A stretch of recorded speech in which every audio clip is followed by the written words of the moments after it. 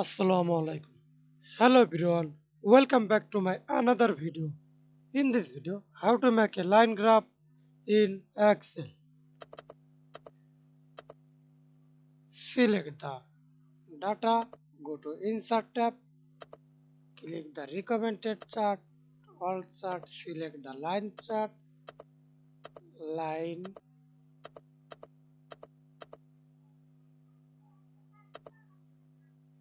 then OK,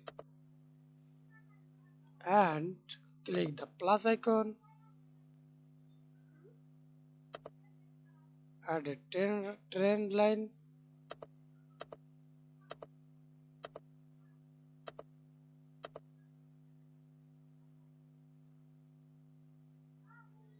Add data tables,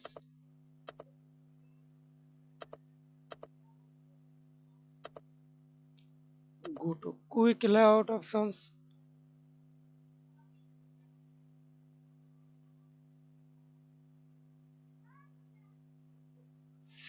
select your layout style. Okay, thanks for watching video.